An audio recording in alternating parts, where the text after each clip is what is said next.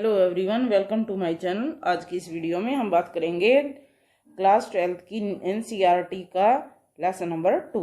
तो इस लेसन का नाम है जैसे कि राजा, किसान और नगर, जिसमें 600 ईस्वी पूर्व से लेकर 600 ईस्वी तक के टाइम के बारे में बात की गई है। तो इससे रिलेटेड एक वीडियो में पहले डाल चुकी हूँ। तो इस वीडियो में हमने बातें की थी मौर्य साम्राज्य के बारे में। कौन था महान शासक मौर्य साम्राज्य का और उसने प्रशासनिक क्या क्या बदलाव किए या कौन से सामाजिक और राजनीतिक सिद्धांत अपनाए जिससे उसका जो राज्य है पूरे देश भर में अपनी चरम शिखर पर पहुंच पाया। तो इस वीडियो में हम बात करेंगे जो बचे हुए कंटेंट है या बचा हुआ जो भी टॉपिक है उससे रिलेटेड। जैसे कि हम आज जानेंगे राजधर्म के नवीन सिद्धांत 600 ईस्वी पूर्व से लेकर 600 के बीच में ईस्वी के बीच में जो नए सिद्धांत राजधर्म के अपनाए गए हैं तो उस बारे में।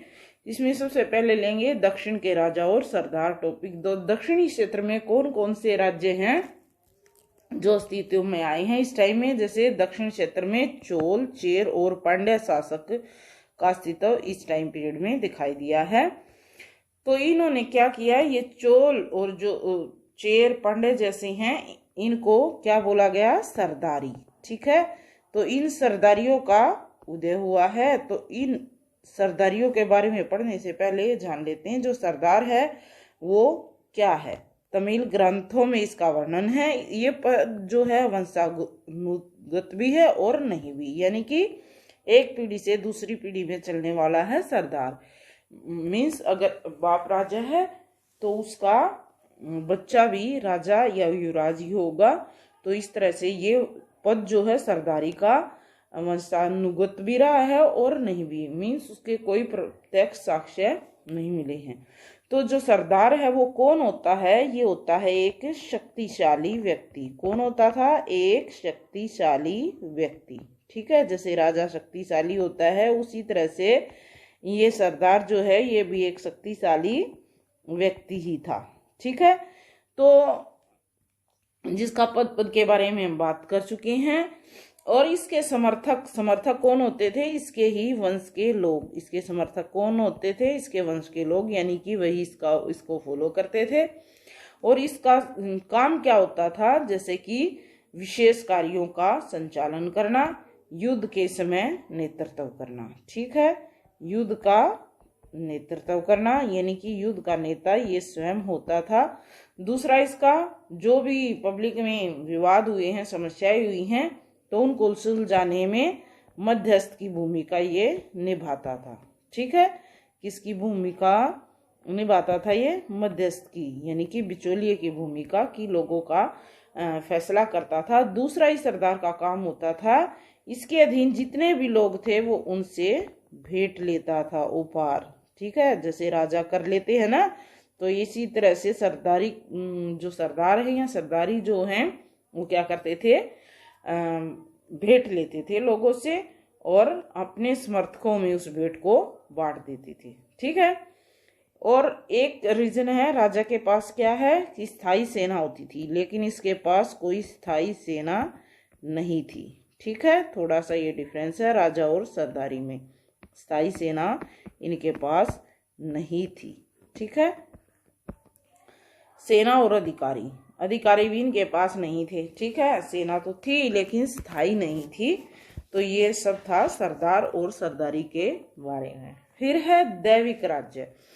जो दैविक राज्य या राजा वो किस तरह से बनाए गए, तो इसमें लेंगे हम सबसे पहले कुषाण शासक का उदाहरण। जो कुषाण शासक हैं, जैसे कि आप सभी जानते हैं 78 ईस्वी यानी कि पहली शताब्दी ईस्वी पूर्व में इनका उदय हुआ है। तो और ईस्वी पूर्व से लेकर प्रथम शताब्दी तक इनका रहा है। तो ये अपने आप को देवों से जोड़कर रखते थे। इसका रीजन क्या रहा है ये हम इस वीडियो में बात करेंगे। तो इन्होंने क्या किया, जो ये कुषाण शासक हैं उच्च स्थिति को प्राप्त करने के लिए अपने आप को वो किससे जोड़ देते थे, देवताओं के साथ। तो इसका उन्होंने बहुत अच्छा उदाहरण प्रस्तुत किया। इस तरह से जो सत्ता है उस सत्ता पे वो सर्वोच्चता स्थापित करने में सफल हो पाए हैं। ठीक है, अपने आप को किससे जोड़ के, देवों से जोड़ के वो सत्ता, सर्वोच्चता हासिल कर पाने में सफल हो पाए हैं। तो नेक्स्ट लिखते हैं इसमें कि राजधर्म का जो सर्वोत्तम प्रमाण है वो कहाँ मिला है हमें, कुषाणी सिक्कों और मूर्तियों पर। कुषाण काल में जो जो सिक्के और मूर्तियां बनाई गई हैं तो उन सिक्कों और मूर्तियों पर इसका जो प्रत्यक्ष है वो प्रमाण है वो हमें प्रत्यक्ष रूप में मिला है। ठीक है, तो ऐसी ही एक मूर्ति जो है उत्तर प्रदेश के माठ जो स्थान है वहां से कुषाण की विशालकाय मूर्ति मिली है, और अफगानिस्तान में भी एक देव स्थान पर इसी प्रकार की मूर्ति मिली। तो ये दो जगह ऐसी है जहाँ कुषाण कालीन मूर्ति मिली है। तो ये अपने आप को क्या मानते थे, अपने आप को ये देवतुल्य यानी कि देवताओं के समान, देवतुल्य देवताओं के समान अपने आप को मानते थे। जो भी सामाजिक तानाबाना है उसमें अपने आप को सर्वोच्च साबित करने के लिए ने अपने आप को क्या उपाधि दे दी, देवपुत्र की उपाधि दे दी।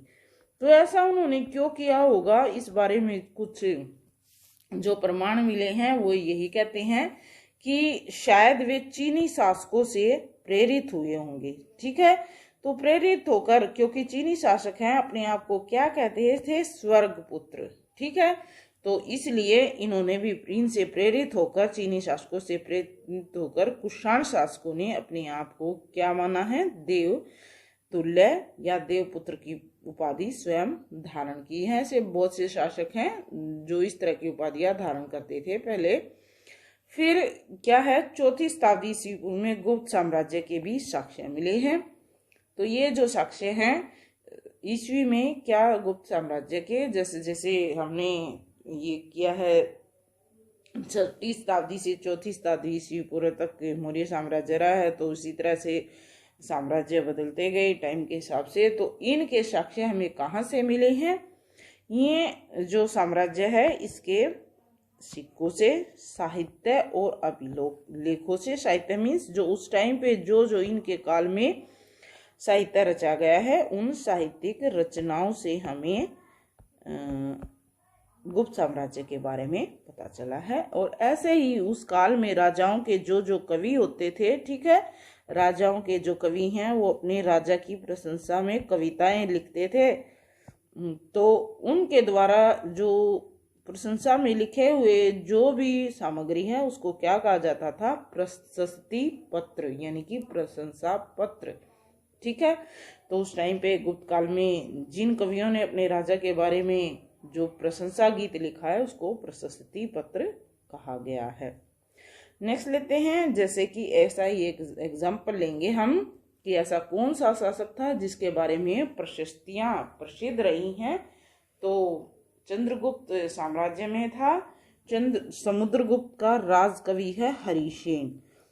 तो इसने एक इलाहाबाद स्तंभ लेख है उस पे एक प्रशस्ति है प्रयाग प्रशस्ति में जो संस्कृत में लिखी गई है, अपने सम्राट समुद्रगुप्त के बारे में पूरा का पूरा वर्णन किया गया है। ठीक है, तो इस तरह से जो सम्राट की या राजा की प्रशंसा में लिखी गई चीजें वो क्या कहलाई, प्रशस्ति पत्र। और सबसे बड़ा एग्जाम्पल हमें कहाँ मिला है, प्रयाग प्रशस्ति से। ठीक है, और ये मोस्टली किस भाषा में लिखी गई है, संस्कृत भाषा में। ये संस्कृत भाषा के कवि थे। तो जो ये प्रयाग प्रशस्ति है उसमें कहा गया है, क्या कहा गया है कि धरती पर उनके समान कोई प्रतिद्वंदी नहीं था। उनके किसके समान, समुद्रगुप्त के, क्योंकि जब इसके बारे में लिखी गई है और इन्हीं का राजकवि है हरिसेन, तो वो किसके बारे में लिखेगा, समुद्रगुप्त के बारे में। तो उन्होंने क्या लिखा है कि इनके समान कोई भी प्रतिद्वंदी नहीं है। ठीक है, और ये क्या था, अपने गुण और शुभ कार्यों से उन्होंने सबको अपने पैरों के तले से क्या कर दिया है, मिटा दिया है। ठीक है, इसलिए जिनका राज्यकाल रहा है जैसे कि 335 से 375 ईस्वी के, और ये सबसे शक्तिशाली राज्य माने गए हैं क्योंकि इन्होंने दक्षिणापथ के 12 राज्यों पर उस टाइम पे सफलता हासिल की। दक्षिणापथ के 12 राज्य मतलब जो दक्षिण हिस्सा है, तो उसके रास्ते में जितने राज्य आते गए उनको दक्षिणापथ कहा गया, यानी कि भारत का दक्षिणी हिस्सा। तो और उन्हें क्या माना गया है, शक्तिशाली के साथ साथ करुणा से भरे। कि इनके मन में सिर्फ यही नहीं थी कि साम्राज्य की लालसा थी, फिर भी ये बहुत ज्यादा कोमल हृदय वाले थे और गायों के दाता, गायों का दान करने वाले भी थे। यानी कि वे मानवता की जो उदारता है उसकी मूर्ति थे। ठीक है। और देवताओं में किसको, कुबेर को, वरुण, इंद्र और यम के तुल्य है। ठीक है। अब नेक्स्ट लेते हैं इसमें बदलता हुआ देहात। जैसे जैसे शासक बदले तो जो शासकों ने जहां जहां पे शासन किया है उसके कारण समाज में भी परिवर्तन आए हैं। तो समाज में क्या परिवर्तन आए हैं ये हम जानेंगे बदलते हुए देहात के माध्यम से। बदलता हुआ देहात, देहात मतलब ग्रामीण इलाका, ग्रामीण क्षेत्र। ठीक है।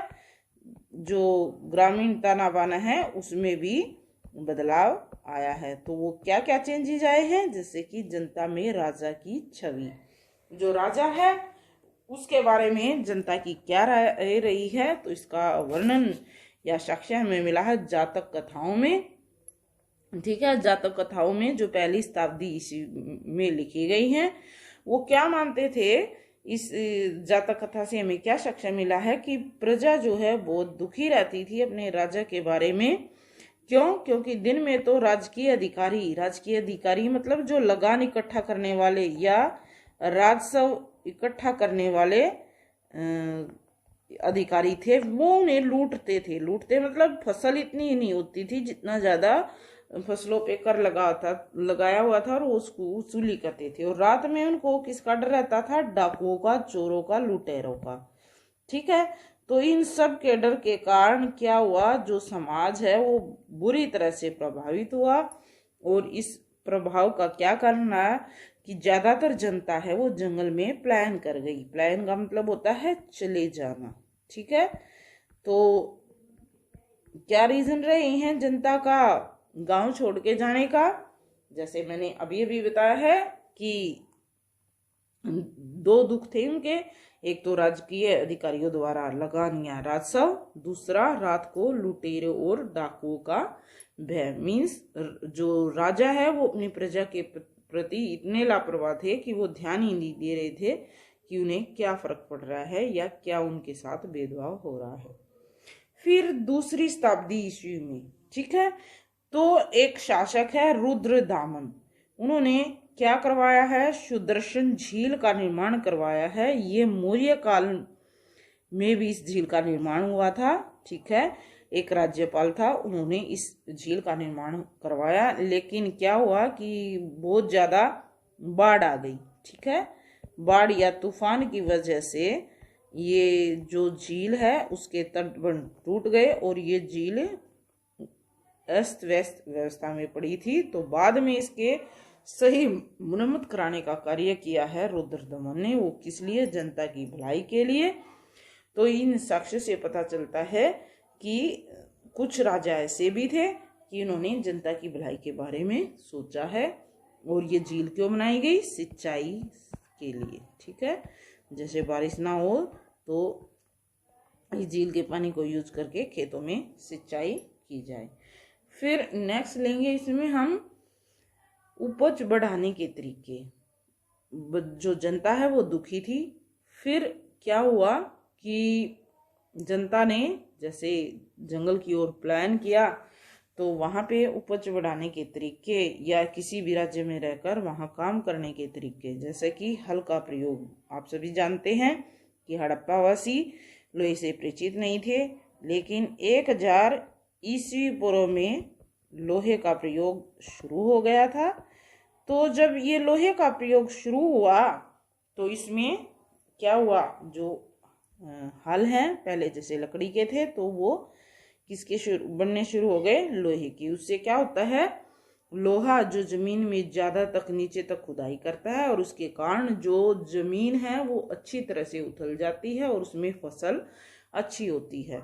तो ये कहाँ पे हुआ है, इसका साक्ष्य कहाँ मिला है? ये मिला है पंजाब और राजस्थान जैसी जमीन पर।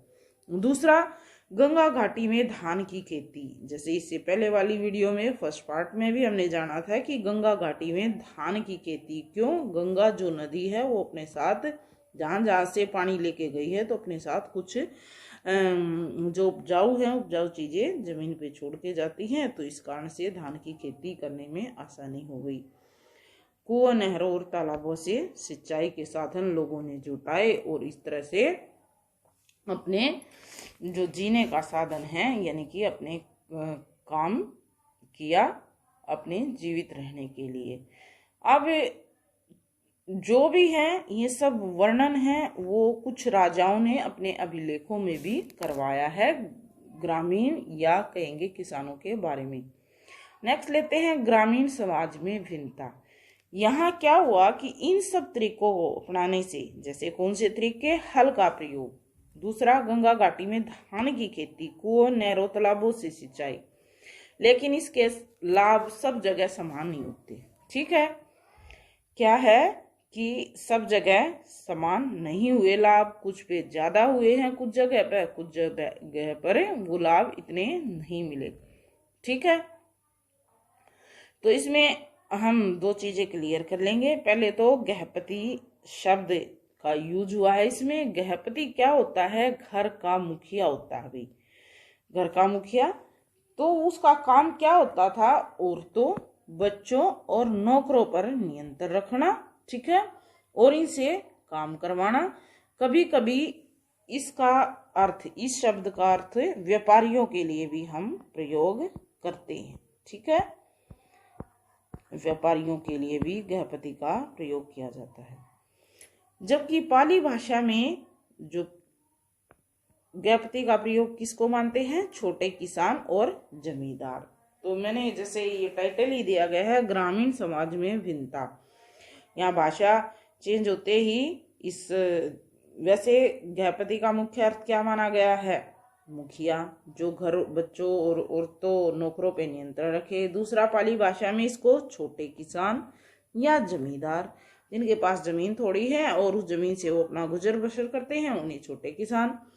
नेक्स्ट इसमें ले देंगे कि जो ग्राम प्रधान है उसका पद है उस टाइम पे वंशानुगत होता था। ठीक है, वंशानुगत का मतलब जैसे गांव वाले सर्वसम्मति से, मीन्स जो गांव वाले मुख्य सदस्य हैं, मेन मुख्य सदस्य इकट्ठा होके क्या करते थे? चुनाव करते थे। कैसे चुनते थे? बस ऐसे ही कोई भी गांव का जो खास व्यक्ति है उसको प्रधान घोषित कर देते थे और इसी तरह से उसके पंच घोषित किए जाते थे। लेकिन आज ये जो पद है वो वंशानुगत न रहकर क्या किया जाता है? निर्वाचन किया जाता है, यानी कि चुना जाता है ग्राम प्रधान को भी वोट डाल के।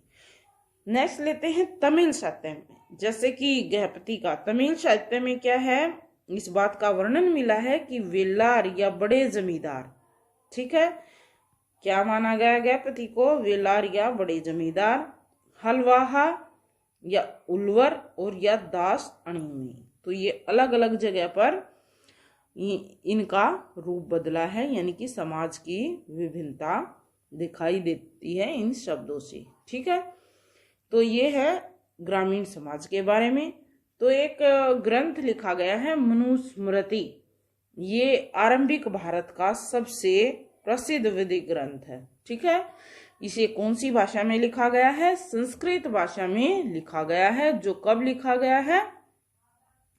2री शताब्दी।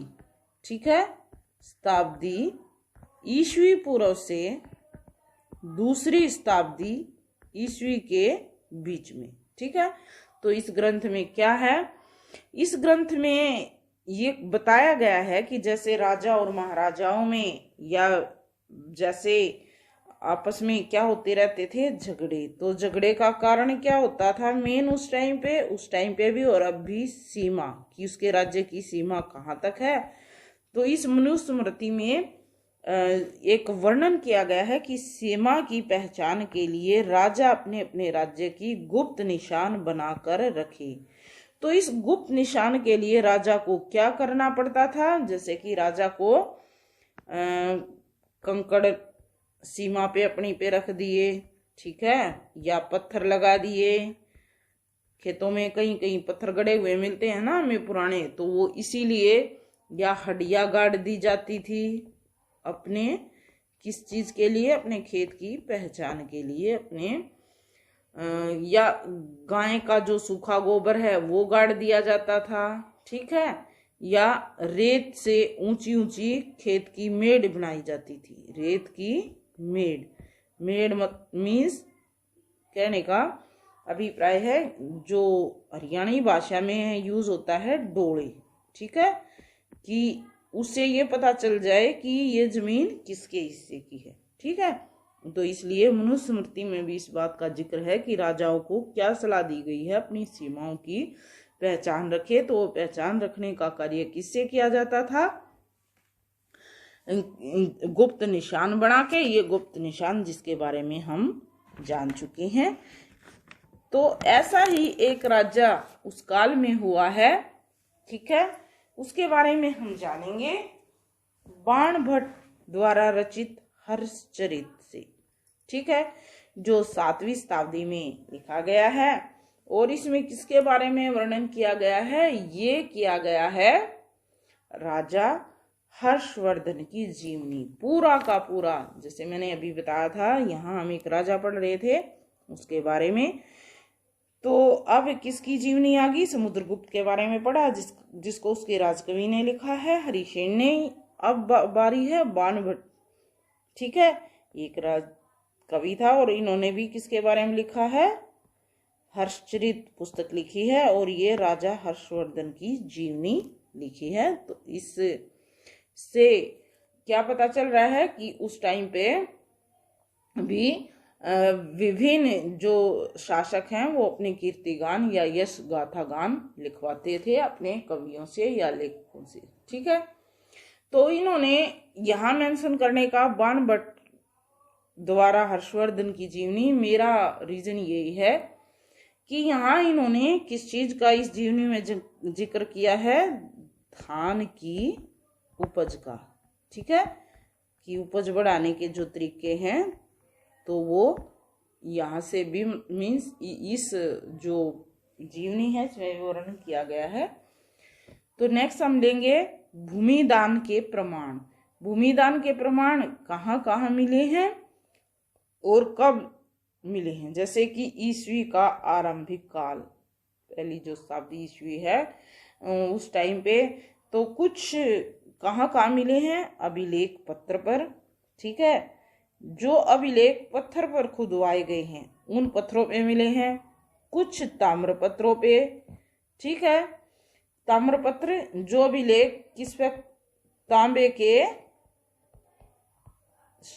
शिलाओं पे, ठीक है, तो वहां पे भी इसका प्रमाण मिला है कि किस तरह राजाओं ने अपनी प्रजा के लिए कार्य किए हैं, या अपने जो भी शासन काल है अपने शासन काल में किस तरह के कार्य किए गए हैं। और ये अधिकांश जो अभिलेख हैं वो किस भाषा में लिखे गए हैं, ये लिखे गए हैं संस्कृत में। यहाँ हम पढ़ रहे थे भूमि दान के प्रमाण, तो इस बारे में अभिलेख लिखे गए हैं या ताम्रपत्र लिखे गए हैं। तो 7वीं शताब्दी के बाद जो है ऐसा मिल रहा है वर्णन तमिल तेलुगु भाषा में भी, संस्कृत में तो है ही। 7वीं शताब्दी के बाद जो भी रचे गए हैं अभिलेख या ताम्रपत्र वो मोस्टली मिले हमें तमिल और तेलुगु भाषा में, ठीक है। तो भूमि दान का सबसे एक जो तुम्हारी इस बुक में वर्णन किया गया है वो कौन सा वर्णन है, प्रभावती गुप्त का। ये जो प्रभावती गुप्त है ये कौन थी, ये चंद्रगुप्त द्वितीय की पुत्री है। और कब से कब तक इसका शासनकाल 375 से 415 के बीच में, और इसका विवाह हुआ है दक्कन के वाकाटक वंश के शासक से। तो उसकी पत्नी थी ये, और बेटी किसकी है, चंद्रगुप्त द्वितीय की। तो इन्होंने जो भी दान किया है उसके बारे में वर्णन किया गया है। ऐसा था उस टाइम पे, क्या है, महिलाओं को भूमि पे अधिकार नहीं था, लेकिन फिर भी ये एकमात्र एक विरला उदाहरण है, ठीक है, मतलब औरतों को हक नहीं था लेकिन इन्होंने भूमि दान किया है, इसका एक विरला उदाहरण है या अपवाद कहेंगे। तो इन्होंने दगुन गांव दान में दिया है, ठीक है। ये इसका वर्णन हमें मिला है एक अभिलेख में कि प्रभावती जो गुप्त है उसको भूमि पे अधिकार था और इसका साक्ष्य भी मिला है कि उन्होंने भूदान किया है। भूमिदान जो है अभिलेख देश के विभिन्न हिस्सों में मिले हैं, हमें अलग अलग हिस्सों में मिले हैं, लेकिन सब में माप अलग अलग की भूमि का जो माप है वो अलग अलग था। इस तरह के भी साक्ष्य मिले हैं। तो इस बात पे कि भूमिदान क्यों किया जाता था, इसे कुछ इतिहासकारों में मतभेद रहे हैं। क्या मतभेद रहे हैं? कुछ इतिहासकार तो कृषि को प्रोत्साहित करने के लिए, ठीक है, कृषि क्षेत्र में बढ़ावा देने के लिए क्या करती है कि जो राजा महाराजा पहले क्या करते थे, दान में जमीन दे देते थे, ठीक है। और कुछ क्या मानते हैं कि भूमिदान जो है ना, कमजोर होते राजनीतिक प्रभुत्व का संकेत बताते हैं कि जिस राजा की शक्तियां कमजोर होती जा रही हैं तो प्रजा में अपना राजनीतिक प्रभुत्व कायम करने के लिए वो कौन सी तकनीक अपनाना था? भूमिदान की। भूमिदान से क्या है, प्रजा खुश हो जाती और वो अपने राजा की चिंता करने लगती, मीन्स अपने राजा को बहुत ज्यादा सम्मान देने लगती। तो इस तरह से भी भूमिदान का उल्लेख मिला है। फिर एक इसमें भूमिदान किया जाता था अग्रहार। अग्रहार क्या होता था? ये होता था ब्राह्मणों को दिया गया दान, ठीक है। तो ये जो ब्राह्मणों को दान दिया जाता था ना, ये कैसा होता था कि भाई वैसे ही जमीन दे दी, कोई कर नहीं लिया जाता था इनसे, ठीक है। और ना ही जो भी समाज में सुविधाएं हैं, जैसे जिन जिन चीजों पे कर लगता था उन पे कोई भी कर नहीं था, ठीक है। पहले गांव के गांव दान में दे दिए जाते थे, जहां तक मैंने इस पुस्तक में पढ़ा या सुना है। जैसे कि हमने एग्जाम्पल लिया है दगुन गांव का। जो ये दगुन गांव है वो किसने दान किया है? प्रभावती गुप्त ने। तो ये जो प्रभावती गुप्त है ना, इन्होंने इस गांव में ये आदेश दे दिया था इस गांव में कि भी कोई भी व्यक्ति वहां से किसी भी प्रकार का कर नहीं लेगा। फिर नगर और व्यापार की स्थिति कैसी थी उस टाइम पे? कौन सी टाइम पे? ये टाइम पीरियड रहा है आपका 600 ईस्वी पूर्व से, ठीक है, 600 के ईस्वी के बीच का। पाटलिपुत्र, जैसे कि रास्ते होते थे किस किस तरह से व्यापार किया जाए। जो पाटलिपुत्र है वहां नदी मार्ग से, ठीक है, व्यापार के साधन क्या थे? उज्जैनी भूमि मार्ग, जमीन मार्ग से। पुहार समुद्र तट, ये तटीय इलाका था पुहार, तो यहाँ समुद्र तट से जैसे बड़े बड़े समुद्री जहाजों द्वारा। और मथुरा को सांस्कृतिक गतिविधियों का केंद्र बनाया गया व्यापार करने के लिए, ठीक है। तो इस तरह से व्यापार किया जाता था कि कुछ नदी मार्ग अपना के, कुछ भूमार्ग, समुद्री मार्ग और सांस्कृतिक गतिविधियां अपना के, यानी कि वस्तुओं का एक स्थान से दूसरे स्थान पर ले जाकर व्यापार किया जाता था, सारे रास्ते जाने के अपना करके। जो शासक वर्ग है वो कहाँ रहता था? वो किलेबंद नगरों में रहता था, ठीक है। अपने जहाँ भी जो राजधानी होती थी उसके किलेबंद वो रखता था। ऐसे साक्ष्य मिले हैं कि भाई मिट्टी के बर्तन और कटोरे, थालियां मिले हैं और इनको क्या नाम दिया गया है? ये कौन से टाइम के हैं? उत्तरी कृष्ण मार्जित पात्र, ये ठीक है, काले रंग के मिले हैं, तो इनको उत्तरी कृष्ण मार्जित पात्र कहा गया है। ऐसा ही एक साक्ष्य मिला है 2री शताब्दी ईस्वी पूर्व में। क्या साक्ष्य मिला है? छोटे दानात्मक अभिलेख, ऐसे अभिलेख जिसमें दान का वर्णन किया गया है, ठीक है, दान देने का। तो वो अभिलेख छोटे, बड़े बड़े तो मिले ही हैं, साथ में छोटे छोटे अभिलेख ऐसे मिले हैं जिनमें दान का वर्णन किया गया है, जो टाइम रहा है 2री शताब्दी ईस्वी पूर्व। तो ये जो दानात्मक अभिलेख है उसमें किसको? धार्मिक संस्थाओं का दान का उल्लेख किया गया है, ठीक है। मोस्टली जो धार्मिक संस्थाएं हैं, जैसे हिंदुओं की संस्था है, मुस्लिम की संस्था है, ठीक है, तो इन को जो दान दिया जाता था तो दानात्मक अभिलेखों का वर्णन किया है। मंदिर में दान दे लिया, मस्जिद में दे दिया, तो इस तरह से।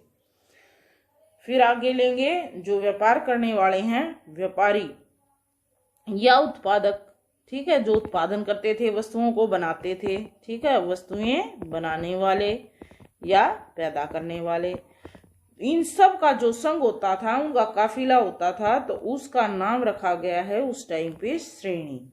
ठीक है, तो इसका क्या काम होता था? उत्पादकों और व्यापारियों के संघ का। ये क्या करते थे? कच्चा माल खरीदते थे और तैयार माल को बेचते थे, या तैयार माल भी खरीदा और दूसरी जगह जाके बेच दिया। तो इस तरह का व्यापारियों का संघ होता था और उस संघ का नाम रखा गया श्रेणी। ठीक है, नेक्स्ट लेते हैं उपमहाद्वीप और उसके बाहर का व्यापार कहाँ कहाँ तक फैला हुआ था। जैसे देश के अंदर तो व्यापार होता ही था, ठीक है, और कहाँ पे व्यापार के साक्ष्य मिले हैं? तो उपमहाद्वीप, जो भारतीय उपमहाद्वीप में कौन कौन से, जैसे कि भारत, पाकिस्तान, अफगानिस्तान से बाहर भी व्यापार फैला हुआ था भारतीयों का, इस बारे में भी जानेंगे। 6ठी शताब्दी ईस्वी पूर्व में नदी मार्ग, भूमार्ग से व्यापार फैला हुआ था। और इसी तरह से मध्य एशिया, अरब सागर, उत्तरी अफ्रीका, पश्चिमी एशिया तक व्यापार के साक्ष्य मिले हैं। बंगाल की खाड़ी में चीन, दक्षिण पूर्व एशिया तक। अब जो शासक हैं उस टाइम पे क्या करते थे? मार्गों पे नियंत्रण का कार्य भी करते थे। ऐसा क्यों कर रहे थे? वो ऐसा इसलिए कर रहे थे कि व्यापारियों से क्या हो जाए? कर लिया जाए। कर क्यों लेते थे? कि हम आपको सुरक्षा देंगे, मीन्स आपको डाकुओं और लुटेरों से बचाएंगे। ठीक है, डाकुओं से या लुटेरों से बचाने के लिए क्या लिया उस टाइम पे शासकों ने? कर लिया। ठीक है, यही उनकी आय के साधन थे। नेक्स्ट लेंगे, यूनानी यात्री है एक पेरिप्लस ऑफ यूरेशियन सी की जिसने रचना की है। इसमें भी व्यापार के बारे में बताया है कि किस तरह से व्यापार किया जाए है समुद्री रास्ते से। मालाबार तट केरल में किस चीज का व्यापार किया जाता था? जैसे कि मालाबार जो केरल है वो काली मिर्च और दाल चीनी का यहाँ से निर्यात दूसरे देशों को भेजा जा रहा है, और यहाँ से दूसरी चीजें जैसे आयात में क्या क्या मंगाया जाता था? हाथी दांत, रेशमी वस्त्र, पारदर्शी पत्थर, हीरे, काले नग, यानी कि बहुमूल्य कीमती पदार्थ। और अपने यहाँ से देने के लिए क्या था उस टाइम पे? ये काली मिर्च, इसे काला सोना कहा जाता था। ठीक है, क्योंकि विदेशों में इसकी बहुत ज्यादा मांग थी। तो जो व्यापारी आते थे तो इस काली मिर्च और दाल चीनी के बदले क्या दे के जाते थे? सोना देते थे। इसलिए काली मिर्च का नाम क्या कहा जाने लगा? काला सोना। अब सफल व्यापारी, तमिल में मस्तथुवन, ठीक है, जो सफल, जो जिसका काम बहुत अच्छा चल रहा है व्यापार में, उसको प्राकृत में सतवा और सेठी कहा जाने लगा। ठीक है, सफल व्यापारियों के भी नाम आगे। तब इनमें तो मस्तथुवन और प्राकृत में सतवा और सेठी इनके नाम रखे गए हैं। ठीक है, अब रोमन साम्राज्य में भी ऐसे वर्णन मिले हैं जहाँ पे काली मिर्च, कपड़े और जड़ी बूटियों की मांग है उस टाइम पे। इसका अर्थ ये है कि उस टाइम पे जो साम्राज्य है, भारत के साम्राज्य, वो किससे जुड़े हुए थे? रोमन साम्राज्य से भी जुड़े हुए थे व्यापार माध्यम से। ठीक है, माध्यम कौन सा था? व्यापार का। सिक्के और राजा। अब चांदी और तांबे के आहत सिक्के 6ठी शताब्दी ईस्वी पूर्व में लागू किए गए हैं। ठीक है, तो ये आहत सिक्के कब शुरू किए गए हैं? 6ठी शताब्दी ईस्वी पूर्व में। सबसे पहले जान लेते हैं आहत का क्या अर्थ है। सिक्कों पर प्रतीकों को आहत करना, यानी कि प्रतीक, निशान, ठीक है, कोई चिन्ह बनाना सिक्कों पर। तो ऐसे कौन से सिक्के हुए हैं? जैसे कि शासकों का नाम या उनकी प्रतिमा, मूर्ति बना दी। ठीक है, जिस भी शासक ने जिस तरह के सिक्के चलवाए हैं तो उसमें अपना या तो अपना नाम खुदवाता था वो, या फिर अपनी मूर्ति लगवाता था। तो ऐसे सिक्के जारी किए हैं हिंद यूनानी शासकों ने। ठीक है, अब जैसे सिक्के, सोने के सिक्के, तो इनको सबसे पहले जारी किया है कुषाण शासकों ने 1म शताब्दी ईस्वी पूर्व में। रोमन सम्राट और ईरान के जो ये सिक्के कुषाण शासकों ने जारी किए हैं ये किसके इक्वल माने गए, किसके समान माने गए हैं, रोमन सम्राट, ठीक है, और ईरान के पार्थियन शासकों के बराबर। ऐसे क्यों माना गया है, क्योंकि उस टाइम पे जो कुषाण शासक है और रोमन साम्राज्य का आपस में व्यापार था, तो व्यापार माध्यम से एक संस्कृति दूसरी देश तक फैली। तो इसी तरह से भारत के राजाओं ने भी उनकी कला को अपनाया और जो सिक्के हैं वो बिल्कुल रोमन सम्राट और ईरान के शासकों जैसे ही बनवाए। दक्षिण भारत में रोमन सिक्के मिले हैं।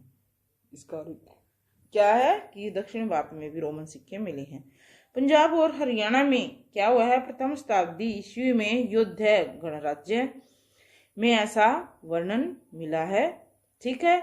और सबसे भव्य सिक्के जो सोने के हैं वो गुप्त शासकों ने ही चलवाए हैं, ठीक।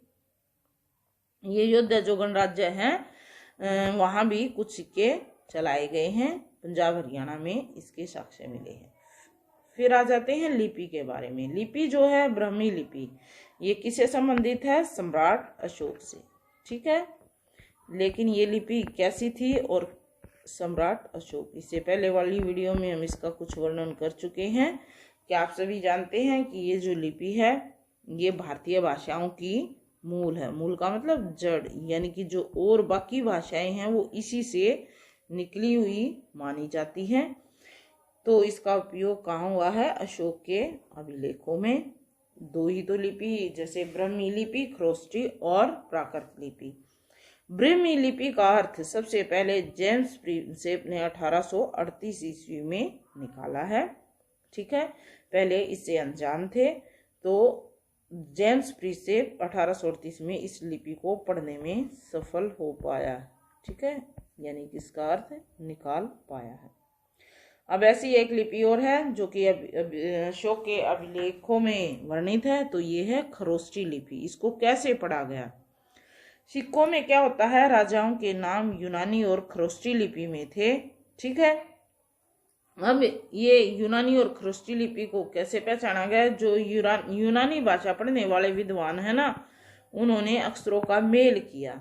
कुछ तो वर्ड यूनानी के निकलाए और कुछ खरोष्टी के निकलाए। तो खरोष्टी को कैसे पढ़ा गया, तो इसका एक रीजन निकाला प्रिंसेप ने, जेम्स प्रिंस ने। उसने ब्राह्मी लिपि पढ़ी थी ना, तो इसको प्राकृत के रूप में मान लिया, ठीक है। खरोष्टी लिपि को क्या माना, एक प्राकृत भाषा। प्राकृत भाषा वो होती है जो आम बोलचाल की भाषा होती है, ठीक है। आम बोलचाल की भाषा, उस टाइम पे जो लोग बोल रहे थे आपस में, तो उसी भाषा को लेकर प्रिंसेप ने माना कि आम बोलचाल की भाषा है खरोष्टी को भी, और उसको जान के बड़े से बड़े अभिलेख भी वो पढ़ने में, बड़े से बड़े अभिलेख भी पढ़ने में सफल हो पाया, ठीक है। तो बच्चों, हमने यहाँ तक जो भी पढ़ा है, जो जाना है, वो इस साम्राज्य के बारे में लगभग क्लियर है। अब हम इसका रिवीजन करेंगे। रिवीजन का मतलब हमने क्या है, सिर्फ परिवर्तन पढ़े हैं, टाइम पीरियड बहुत ही कम। तो जो धान की रोपाई हुई है और नगरीकरण हुआ है, महाजनपद, बड़े बड़े जनपद बने हैं, तो इनका टाइम पीरियड रहा है 600 से 500 ईस्वी पूर्व के बीच में। 500 से 400 ईस्वी पूर्व के बीच में क्या हुआ है, मगध शासकों की सत्ता पे पकड़ हुई है। और 327 से लेकर 325 ईस्वी पूर्व में सिकंदर का आक्रमण हुआ है। जब सिकंदर भारत में आया तो उस टाइम पे क्या है, जो चंद्रगुप्त मौर्य है उसका राज्यारोहण 321 ईस्वी पूर्व में किया गया है। अब इसके बाद आता है अशोक का शासनकाल। ये कब माना गया है, 272 से 231 ईस्वी पूर्व। लेकिन जब इनको राज्य, ठीक है, राज्यारोहण कब किया जाता है इनका, 268 ईस्वी पूर्व में। इसके बाद मौर्य साम्राज्य का अंत हो जाता है। इसका एंड कब होता है, 185 ईस्वी पूर्व में। यहाँ से दूसरा साम्राज्य अस्तित्व में आता है। फिर है 200 से 100 ईस्वी पूर्व, पश्चिमी उत्तर में शक शासन स्टार्ट हो जाता है, ठीक है। कब, कौन सा, 200 से 100 ईस्वी पूर्व के बीच में शक शासन पश्चिमोत्तर, भारत के पश्चिमी और उत्तर भाग में। दक्षिण भारत में चोल, चेर और पांड्य, दक्कन में सातवाहन शासकों का उदय होता है। नेक्स्ट लेते हैं 78 ईस्वी में कनिष्क का राज्यारोहण, ठीक है। कनिष्क को राजगद्दी दी जाती है 78 ईस्वी में। नेक्स्ट है 100 ईस्वी से 200 ईस्वी के बीच में जो सातवान और शक शासक है वो भूमिदान करते हैं। इसका वर्णन हमें साक्ष्यों से मिला है। 320 ईस्वी में गुप्त शासन में जैसे कि हमने चंद्रगुप्त पढ़ा है, समुद्रगुप्त पढ़ा है, तो 335 से लेकर 75 ईस्वी तक समुद्रगुप्त का शासनकाल रहा है और 375 से 415 ईस्वी तक चंद्रगुप्त द्वितीय का शासनकाल रहा है। फिर इसी टाइम में आते हैं 500 से 600 ईस्वी तक कर्नाटक में चालुक्य, तमिलनाडु में पल्लव। इस चंद्रगुप्त रिलेटेड हमने एक रानी का नाम पढ़ा है इसमें, प्रभावती गुप्त, जो इसकी पुत्री थी। ठीक है, तो वो भी इसी टाइम पीरियड की बात है, 375 से 415 के बीच में, और इसका विवाह हुआ था जैसे हमने वाकाटक वंश में। ठीक है, रानी कहाँ की थी ये? वाकाटक वंश की।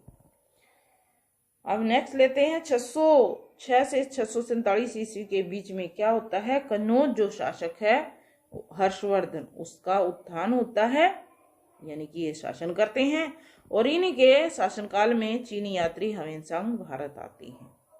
और लास्ट क्या है? 712 ईस्वी में अरबों की सिंध विजय। ठीक है, तो इस वीडियो में ये चैप्टर कंप्लीट हो जाता है और इसमें जो भी हमने मटेरियल लिया है वो लगभग पूरा का पूरा यहाँ कंप्लीट हो रहा है। आपको ये वीडियो अच्छी लगे तो लाइक जरूर करना। थैंक